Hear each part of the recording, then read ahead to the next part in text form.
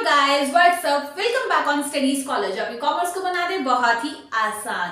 क्या आपको पता है हमारी इकोनॉमी किस पर बेस्ड है, या यूं कह लें कि हमारी इकोनॉमी की बैकबोन क्या है। अगर ये ना हो तो हमारी इकोनॉमी रन ही नहीं हो सकती, या यूं कह लो एग्जिस्ट ही नहीं हो सकती। तो चलिए इन क्वेश्चंस के आंसर ढूंढते हैं और अपने मैक्रो इकोनॉमिक्स के न्यू यूनिट और न्यू चैप्टर को शुरू करते हैं, aggregate demand and aggregate supply. So let's get started. आज जो अपना टॉपिक पढ़ना है वो है एग्रीगेट डिमांड और इससे रिलेटेड कॉन्सेप्ट्स होंगे। ठीक है, let me tell you one thing more. जो ये यूनिट है इसकी जो एग्जाम में वेटेज है वो है 10 मार्क्स की, चैप्टर की नहीं, यूनिट की। इस यूनिट में 4 चैप्टर्स हैं। ठीक है, तो हमारी जो इस पूरे यूनिट की जो वेटेज है वो 10 मार्क्स की है। तो मतलब हम इस चैप्टर को लाइटली नहीं ले सकते, और ये चैप्टर लिटिल बिट टेक्निकल है, बट स्टडी स्कॉलर इसको बनाएगा आपके लिए बहुत ही आसान, सो दैट एक बार वीडियो देखने से आपके सारे डाउट्स क्लियर हो जाएंगे। और हाँ, अगर आपको वीडियो अच्छी लगेगी ना तो प्लीज यार लाइक और शेयर जरूर कर देना। ये चैनल आपके लिए है, वीडियो आपके लिए। अगर आप लाइक और शेयर नहीं करोगे तो कौन करेगा। ठीक है, और सब्सक्राइब करना भी मत भूलना, सो दैट आपको सभी वीडियोस की नोटिफिकेशन टाइम में मिलती रहे। तो चलिए देखते हैं। फर्स्ट है एग्रीगेट डिमांड। देखो, आपको डिमांड तो सभी को पता होगा। अभी तक हम जो कॉन्सेप्ट पढ़ रहे थे डिमांड सप्लाई माइक्रो इकोनॉमिक्स में आपने पढ़ी थी, तो उसमें हम सिंपल डिमांड के बारे में पढ़ते हैं, सिंपल सप्लाई के बारे में पढ़ते हैं। सिंपल का मतलब क्या है, एक पर्सन की डिमांड, एक प्रोड्यूसर की सप्लाई। जब हम एग्रीगेट की बात करते हैं तो ये जो एग्रीगेट है, अब हम क्या पढ़ रहे हैं, मैक्रो इकोनॉमिक्स पढ़ रहे हैं ना। तो मैक्रो इकोनॉमिक्स क्या होता है, मैक्रो इकोनॉमिक्स का मतलब है कि हमने पूरी इकोनॉमी की स्टडी करनी है। तो जब पूरी इकोनॉमी की स्टडी करेंगे तो पूरी इकोनॉमी में सारे प्रोड्यूसर्स आ जाएंगे, सारे कंज्यूमर्स आ जाएंगे। जब सारे प्रोड्यूसर्स होंगे, सारे कंज्यूमर्स होंगे, तो हमें तो सभी की डिमांड को एडअप करना होगा ना। तो जब हम सारी डिमांड्स को एडअप कर लेते हैं, टोटल कर लेते हैं मतलब, तो उसे हम कहते हैं एग्रीगेट डिमांड। तो मींस आप एग्रीगेट का मतलब क्या होता है, एग्रीगेट का मतलब है total demand in the economy. सभी कंज्यूमर्स, जितने भी कंज्यूमर्स हैं, उन्होंने कितनी डिमांड जनरेट की है इकोनॉमी में। क्लियर? अब इसका मीनिंग देखते हैं क्या है। एग्रीगेट डिमांड को हम एडी से रेफर कर सकते हैं। Aggregate demand refers to total value of final goods and services. एक और चीज, इसमें कुछ इंपॉर्टेंट टर्म्स है, मैं अंडरलाइन कर रही हूं। Final goods and services which all the sectors of the economy. Next क्या है, all the sectors in the economy are planning to buy at a given level of income during an accounting year. अब simple भाषा में आते हैं, study scholar की भाषा में आते हैं। मतलब क्या है अकाउंटिंग ईयर का मतलब, एक जो साल है हमारा, जो फाइनेंशियल ईयर हमने लिया हुआ है, या एक साल जो हमने लिया हुआ है, उसमें पूरे कंज्यूमर्स ने टोटल गुड्स की कितनी डिमांड की है। अब गुड्स कौन से होने चाहिए, अगर आपको याद हो, जब हमने नेशनल इनकम चैप्टर पढ़ा था तो 2 टाइप के गुड्स पढ़े थे, एक final goods, second one is intermediate goods, जिसको हम लोग रॉ मटेरियल कहते हैं। इंटरमीडिएट गुड्स कौन से थे, ऐसे गुड्स जिनको हम लेकर आते हैं एंड देन उनसे कुछ और चीज प्रोड्यूस करते हैं एंड देन मार्केट में सेल करते हैं। ठीक है, बट यहां पर जिनकी बात हो रही है वो है फाइनल गुड्स। ये वर्ड आपने जरूर लिखना है, मेंशन करना है कि AD refers to total value of final goods. Total value of final, जितने भी गुड्स, फाइनल गुड्स की डिमांड जनरेट हुई है, विच ऑल द सेक्टर्स, चाहे वो हाउस होल्ड सेक्टर हो, फर्म सेक्टर हो, गवर्नमेंट सेक्टर हो, कोई भी सेक्टर हो, फॉरेन सेक्टर हो। कितने सेक्टर्स थे, सेक्टर्स हमने कौन कौन से पढ़े थे, सेक्टर्स होते हैं हमारे house hold sector, second sector कौन सा था, सेकेंड हमारा गवर्नमेंट सेक्टर, थर्ड हमारा firm sector and fourth one is rest of the world. ये चारों सेक्टर्स मिलकर इकोनॉमी में जितने भी फाइनल गुड्स और सर्विसेज की डिमांड करते हैं, ठीक है, आर प्लानिंग टू बाय। अच्छा, डिमांड करते हैं, आर प्लानिंग टू बाय का मतलब ये प्लान करते हैं कि हमने इतनी चीजें खरीदनी हैं। कब, eight a given level of income, जितने भी लेवल ऑफ इनकम होगा उस पर ये लोग कितनी चीजों की डिमांड करने के लिए सोच रहे हैं, उसे हम कहते हैं एग्रीगेट डिमांड। क्लियर है?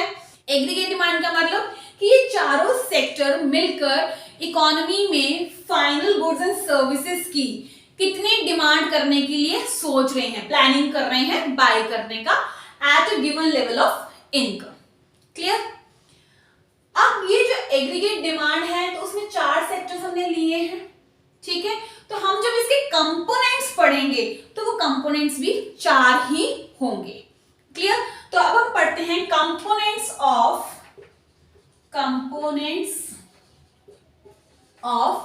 Aggregate demand. फर्स्ट कंपोनेंट क्या है? फर्स्ट कंपोनेंट है प्राइवेट कंजम्पशन एक्सपेंडिचर। फर्स्ट क्या है? Private consumption expenditure. ये प्राइवेट कंजम्पशन एक्सपेंडिचर है, इसको हम लोग सी से डिनोट करते हैं। क्लियर? ये कौन से हैं? जो हाउस होल्ड सेक्टर, हम लोग जो चीजें खरीद रहे हैं, कंज्यूमर गुड्स जो परचेज कर रहे हैं, ठीक है। तो अगर हम बात करें हाउस होल्ड सेक्टर जो कंज्यूमर गुड्स परचेज कर रहा है, वो किस कैटेगरी में आता है? वो है प्राइवेट कंजम्पशन एक्सपेंडिचर। अगर मैं ब्रेड खरीद रही हूं, बिस्किट्स खरीद रही हूं, मैंने अपने लिए कार खरीद ली है, मैंने अपने लिए घर खरीद लिया है, तो वो सब क्या है? प्राइवेट कंजम्पशन एक्सपेंडिचर का पार्ट है, ठीक है। सेकेंड इसका जो कंपोनेंट आता है वो है हमारा इन्वेस्टमेंट एक्सपेंडिचर। इन्वेस्टमेंट एक्सपेंडिचर को हम डिनोट करते हैं आई के साथ। अब इन्वेस्टमेंट कौन करता है? इन्वेस्टमेंट करते हैं प्रोड्यूसर्स, ठीक है। कौन करते हैं? प्रोड्यूसर्स करते हैं। किस पर करते हैं? प्रोड्यूसर्स करते हैं ऑन कैपिटल गुड्स पर। कैपिटल गुड्स के ऊपर होता है। तो इन्वेस्टमेंट एक्सपेंडिचर में जितने भी इकोनॉमी में प्रोड्यूसर्स हैं, उन्होंने जितने भी कैपिटल गुड्स को परचेज किया है, ठीक है, परचेज करेंगे और देन उनसे वो चीजें बनाएंगे, मशीनरी वगैरह हो जाए। कैपिटल गुड्स क्या होती हैं? मशीनरी वगैरह। तो वो चीजें खरीदी हैं सो दैट उनको इंटरमीडिएट गुड्स को खरीदने के बाद कुछ नए गुड्स प्रोड्यूस करके मार्केट में लेके आ सके, तो उन्हें हम कहते हैं investment expenditure. Private consumption expenditure कौन करता है? हाउस होल्ड सेक्टर, ठीक है। किस पर करता है? On consumer goods. क्लियर? अब थर्ड जो आता है वो है government expenditure, government consumption expenditure, जिसको हम डिनोट करते हैं जी के साथ, ठीक है। अब गवर्नमेंट क्या करती है? अब इसमें कौन कंजम्पशन करेगा? इसमें हमने हाउस होल्ड बता दिया, इसमें प्रोड्यूसर बता दिया, तो इसमें कंजम्पशन कौन करेगा? गवर्नमेंट करेगी on consumer plus capital goods, दोनों के ऊपर करेगी according to the need of economy. समझ आई कि इकोनॉमी की नीड को सेटिस्फाई करने के लिए जो जिस टाइम पर जैसी नीड है, उस नीड को सेटिस्फाई करने के लिए government time to time consumer good और कैपिटल गुड्स के ऊपर एक्सपेंडिचर करती है और उसे हम गवर्नमेंट कंजम्पशन एक्सपेंडिचर की कैटेगरी में रखते हैं, ठीक है।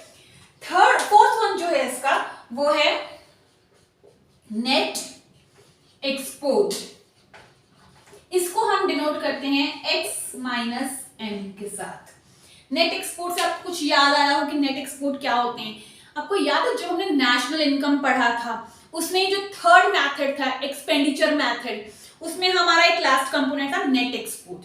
नेट एक्सपोर्ट हम कैसे निकालते थे? नेट एक्सपोर्ट का फॉर्मूला क्या होता था? उसमें इसका फॉर्मूला था एक्सपोर्ट माइनस इंपोर्ट। यही था कि अगर हमारे को नेट एक्सपोर्ट देते थे, हम डायरेक्टली वैल्यू पुट करते थे, नहीं होती थी तो हम एक्सपोर्ट और इंपोर्ट को माइनस करते थे, ठीक है। तो यहां पर भी जो नेट एक्सपोर्ट है ये कौन सा है? इसमें rest of the world sector आ गया, फॉरेन सेक्टर आ गया इसमें, क्योंकि हम एक्सपोर्ट और इंपोर्ट जो कर रहे हैं बाहर से ही कर रहे हैं।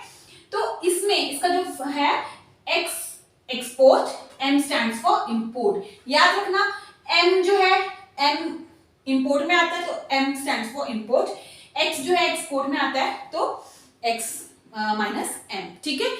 एम माइनस एक्स मत लिख देना, एक्स माइनस एम ही लिखेंगे। तो क्या है नेट एक्सपोर्ट का मतलब? क्या? It is the difference between export and import. जितना भी हमने एक्सपोर्ट किया है, जितना भी हमने इंपोर्ट किया है, दोनों की वैल्यूज को डिडक्ट कर दो तो जो हमारे पास वैल्यू आती है वो हमारी एग्रीगेट डिमांड का कंपोनेंट कहलाती है, उसका पार्ट बन जाती है। क्लियर है? अब एग्रीगेट डिमांड किसके इक्वल हो गई? एग्रीगेट जो डिमांड है वो किसके इक्वल हुई? वही C plus I plus G plus X minus M, ये हमारी एग्रीगेट डिमांड है। इसमें ये चारों हाउस सेक्टर्स इसमें इंक्लूड हो गए हैं। C for house hold sector, ये आ गया, ठीक है। I इन्वेस्टमेंट कौन करता है? प्रोड्यूसर्स। प्रोड्यूसर्स कौन से सेक्टर में आते हैं? फर्म सेक्टर में। Third one is government sector. Net export हम कहां से करते हैं? मतलब abroad sector, rest of the world. ये थे इसके कंपोनेंट्स ऑफ एग्रीगेट डिमांड। अब हम पढ़ते हैं एग्रीगेट डिमांड का टेबुलर प्रेजेंटेशन और डायग्रामेटिक प्रेजेंटेशन। एग्रीगेट डिमांड किसके इक्वल थी? जब हमने एग्रीगेट डिमांड पढ़ी तो aggregate demand is equals to C plus I plus G plus X minus M के इक्वल थी। बट जब हम डायग्राम बनाएंगे इसकी, या हम जब इसका टेबल बनाएंगे, तो हमने क्या लेना है? सिर्फ दो सेक्टर्स लेने हैं, C प्लस I। अब इसके दो रीजन हैं। नंबर वन रीजन कि आपकी जो मैक्रो इकोनॉमिक्स का जो सिलेबस है वो सिर्फ और सिर्फ दो सेक्टर्स को ही कवर करता है। वो कहते हैं आपने सिर्फ जो भी स्टडी करनी है आपने दो सेक्टर्स की करनी है। अगर आपको याद हो, जब आपने नेशनल इनकम पढ़ा था तो उसमें भी हमने सर्कुलर फ्लो ऑफ इनकम जब पढ़ा था तो दो सेक्टर ही कंसिडर किए थे। तो मैक्रो इकोनॉमिक्स जो है आपके दो सेक्टर्स को ही कवर कर रही है। सेकेंड थिंग इज कि बाई चांस अगर ये सिलेबस में होते भी चारों सेक्टर, तो भी हमने सिर्फ एग्रीगेट डिमांड में दो सेक्टर्स ही कंसीडर करने थे, सो दैट हमारा जो टेबल है और जो हमारा डायग्राम है वो सिंपल सा बन सके। तो सिंपलिसिटी के लिए हमने दो सेक्टर्स को ही कवर करना है। तो मेन रीजन तो ये है कि हमारी इकोनॉमिक्स के सिलेबस में दो सेक्टर्स है, ठीक है।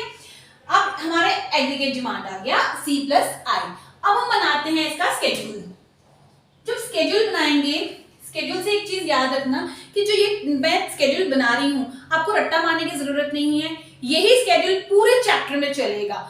और सेकेंडली मैं इसको बता दूंगी, आप इसको बनाना सीखोगे कि कैसे बनाना है। आपको लर्न नहीं करने पड़ेंगे नंबर्स, ठीक है। तो आप उस चीज को सीखो कैसे हम इस टेबल को बनाएंगे, बहुत इजी है।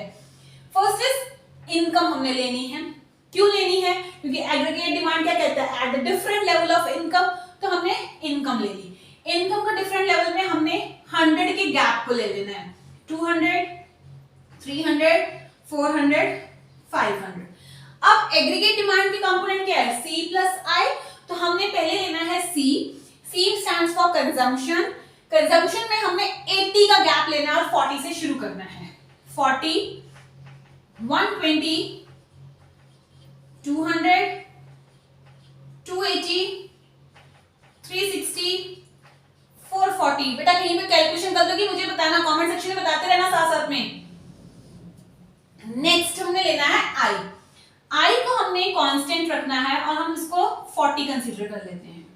40, 40 एंड 40। Next is AD। अब हमें बनाना है AD। AD किसके इक्वल था? C प्लस I के, ठीक है। अब AD बनाने से पहले I के बारे में समझो। ये जो I स्टैंड करता है, I मींस इन्वेस्टमेंट। जो इन्वेस्टमेंट होती है वो दो तरह की होती है। Number one induced, number two autonomous investment. अब ये क्या है? इंड्यूस्ड इन्वेस्टमेंट वो होती है जो प्राइवेट सेक्टर या फर्म सेक्टर करता है और जो इनकम के लेवल से इफेक्ट करती है कि जैसे जैसे इनकम बढ़ती जाएगी इंड्यूस्ड इन्वेस्टमेंट भी बढ़ती जाएगी।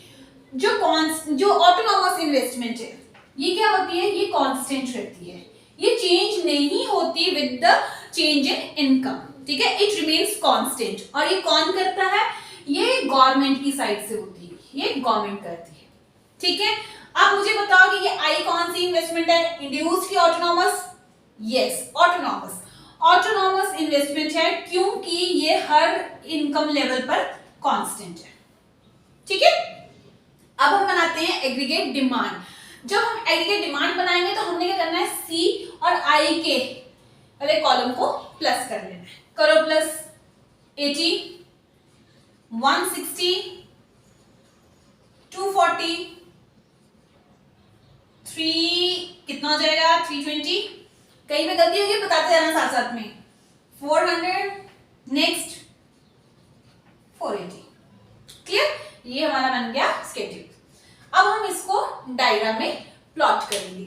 सबसे पहले हम बनाएंगे टेबल डायग्राम एग्रीगेट डिमांड। जब आपने माइक्रो इकोनॉमिक्स पढ़ी थी तो आपको टीचर ने डेफिनेटली बताया होगा कि डायग्राम बनाते समय इसके एक्स एक्सिस और वाई एक्सिस को मेंशन करना जरूरी है, क्योंकि नहीं तो मुझे क्या समझ आएगा या एग्जामिनर को क्या समझ आएगा कि आप यहाँ पे कौन से कंपोनेंट को मेजर कर रहे हो। तो हमने यहाँ पे क्या मेंशन करना है, इनकम ले रहे हैं, यहाँ पे हमारा आएगा इनकम, ठीक है।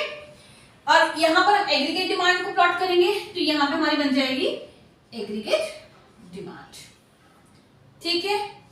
नेक्स्ट वेरी इंपॉर्टेंट थिंग कि जब भी आप डायग्राम बनाते हो तो डायग्राम की एक्सप्लेनेशन इज मस्ट। भले ही आप एक लाइन में एक्सप्लेनेशन दो या 2 लाइन में दो, बट डायग्राम को एक्सप्लेन करना जरूरी होता है। अगर आप डायग्राम को एक्सप्लेन नहीं करते हो ना, मतलब ये बना के और ये बना के यहाँ पर छोड़ देते हो, तो क्वेश्चन इनकम्प्लीट सा लगता है, तो उसकी प्रेजेंटेशन अच्छी नहीं लगती। तो हमने डायग्राम जब भी बनाई है, भले एक लाइन में या 2 लाइन में उसकी एक्सप्लेनेशन दो, पर देनी जरूरी है, ठीक है। तो अब हम इसको प्लॉट करते हैं। सबसे पहले जैसे जैसे प्लॉट करते जाएंगे वैसे वैसे ही हमने डायग्राम के पॉइंट्स लिखते जाने हैं, तो आपको डिफिकल्टी भी नहीं आएगी कि आपको याद करना पड़े। यहाँ पे मैं लिख देती हूँ एक्सप्लेनेशन दे रही हूँ, एक्सप्लेनेशन, ठीक है। तो फर्स्ट पॉइंट कंसीडर करते हैं। सबसे पहले हमने इसमें क्या प्लॉट करना है, एग्रीगेट डिमांड है। एग्रीगेट डिमांड किसके इक्वल है, तो हम लिखेंगे aggregate demand is equal to C plus I. इसी को हमने यहाँ पे प्लॉट करना है, ठीक। तो सबसे पहले हम प्लॉट करते हैं आई, ये मैंने ले लिया आई।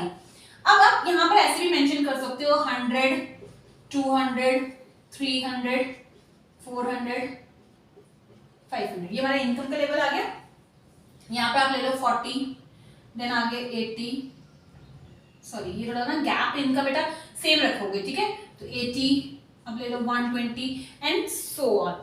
तो अब ये देखो, जब इनकम का लेवल 0, 100, जो ऑटोनॉमस इन्वेस्टमेंट है वो 40, 40, 40, 40 सब जगह पे 40 रही।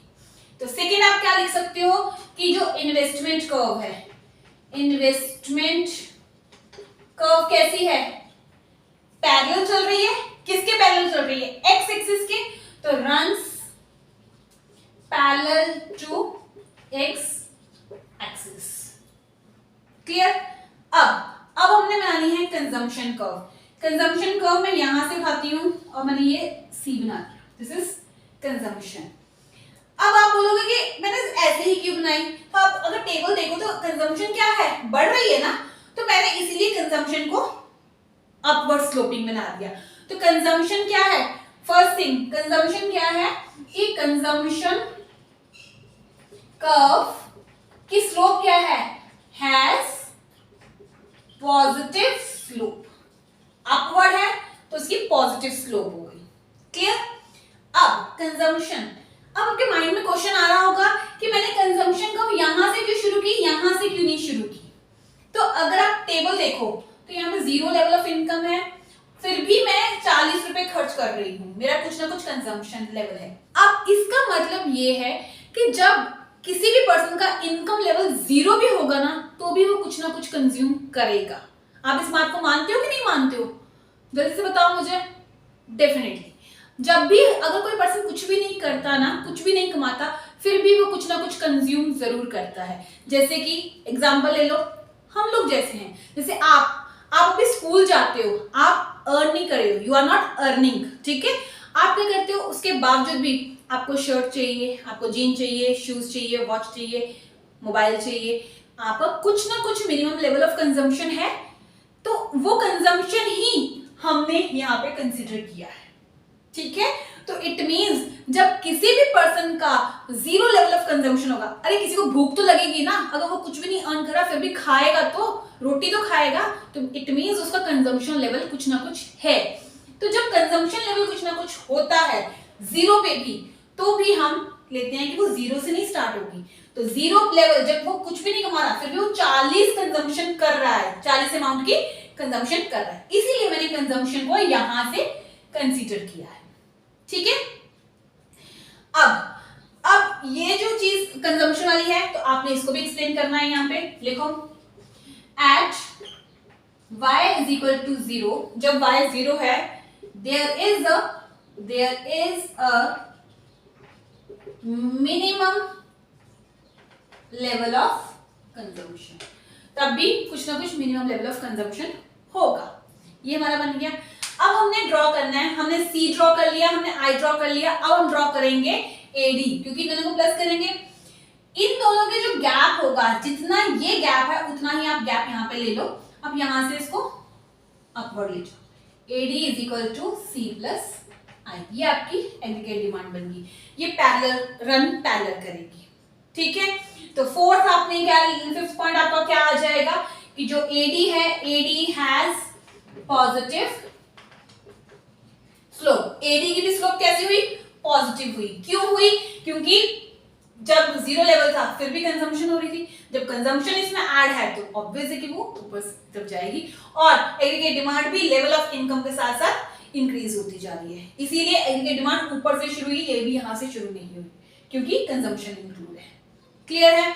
तो हमने ये पॉइंट्स लिख लिए। फर्स्ट में क्या था, एडी किसके इक्वल है, सी प्लस आई के। इन्वेस्टमेंट कर्व क्या है, पैरेलल जा रही है। कंजम्पशन कर्व क्या है, पॉजिटिव स्लोप है। वाई लेवल पर, मतलब जब वाई का लेवल जीरो है तब भी हम कुछ कंज्यूम कर रहे हैं। और एडी कर्व क्या है, एडी कर्व भी स्लोप अपवर्ड है, मतलब इसकी भी पॉजिटिव स्लोप है। एक चीज और, जब हमने इन्वेस्टमेंट की थी, अब यहाँ पे एक और चीज मेंशन कर सकते हैं कि जो हमारी इन्वेस्टमेंट है, इन्वेस्टमेंट हमारी कौन सी है, इन्वेस्टमेंट इज ऑटोनॉमस, ठीक, ताकि यहाँ पे पता चल जाए एग्जामिनर को कि जो आपने 40 लिया है वो 40 क्यों लिया है। तो इससे उसमें मेंशन हो जाएगा कि हमारी जो इन्वेस्टमेंट है वो ऑटोनॉमस है, इसलिए हमने यहाँ से लिया है, ठीक है। तो ये हमारा जो था एजी का स्केड्यूल था, ये इसकी डायग्राम थी और ये इसकी एक्सप्लेनेशन थी। एक्सप्लेनेशन बिल्कुल भी डिफिकल्ट नहीं है, जो हम यहाँ पे प्लॉट करते जा रहे थे वही हमने यहाँ पे मेंशन कर दिया। आपको एक्स्ट्रा लर्न करने की कुछ भी जरूरत नहीं है, ठीक है, क्लियर। वन थिंग मोर, अगर आपको क्वेश्चन आता है कि how many components are there in aggregate demand, ये कितने कंपोनेंट्स है, ये write down the components of aggregate demand, then you have to write all these 4 components. आपको चारों के चारों कंपोनेंट्स मेंशन करने हैं। अगर आपसे डायरेक्टली क्वेश्चन पूछा जाता है कि कंपोनेंट्स कितने हैं, बट अगर आपको ग्राफिकली या tabular presentation of aggregate demand आती है तो आपने 2 ही इनको मेंशन करना है, 2 ही सेक्टर्स को, ठीक है। मतलब आपको लर्न तो चारों ही करने पड़ेंगे, क्योंकि अगर फुल फ्लैज डायरेक्ट क्वेश्चन पूछ लिया जाएगा कि कंपोनेंट्स कितने हैं तो आप चारों लिखोगे, और अगर ग्राफिकल के साथ आएगा तो आप 2 मेंशन ही करोगे, ठीक है। तो ये थी आज की एक छोटी सी वीडियो। इसमें हमने क्या पढ़ा, एग्रीगेट डिमांड क्या होती है, उसके कंपोनेंट्स क्या हैं, उसकी टेबुलर प्रेजेंटेशन, उसकी डायग्रामेटिक प्रेजेंटेशन। अब आपको समझ आ गया होगा कि एग्रीगेट डिमांड हमारे लिए कितनी इंपॉर्टेंट है। अगर एग्रीगेट डिमांड नहीं होगी तो जो प्रोड्यूसर्स हैं, जो फर्म सेक्टर है, जो गवर्नमेंट सेक्टर है, ना तो ये प्रोड्यूस करेंगे ना ही कहीं पे इन्वेस्टमेंट करेंगे। फोर्थ सेक्टर, फॉरेन सेक्टर, जिसमें हम एक्सपोर्ट इंपोर्ट करते हैं, वहां पे भी कोई डिमांड जनरेट नहीं होगी। तो इसीलिए एग्रीगेट डिमांड को इकोनॉमी की बैकबोन कहा जाता है, क्योंकि लोग डिमांड करेंगे तो ही तो चीजें बनेंगी, ठीक है। इसीलिए एग्रीगेट डिमांड जो है वो हमारी इकोनॉमी के लिए बहुत ज्यादा ही इंपॉर्टेंट है। सो गाइस, ये था आज का छोटा सा टॉपिक। आई होप आपको सारा क्लियर होगा। कहीं पे भी कोई डाउट हो तो आप मुझे कमेंट सेक्शन में लिख सकते हैं, और प्लीज वीडियो को लाइक, शेयर और सब्सक्राइब करना मत भूलिएगा। Thank you for watching.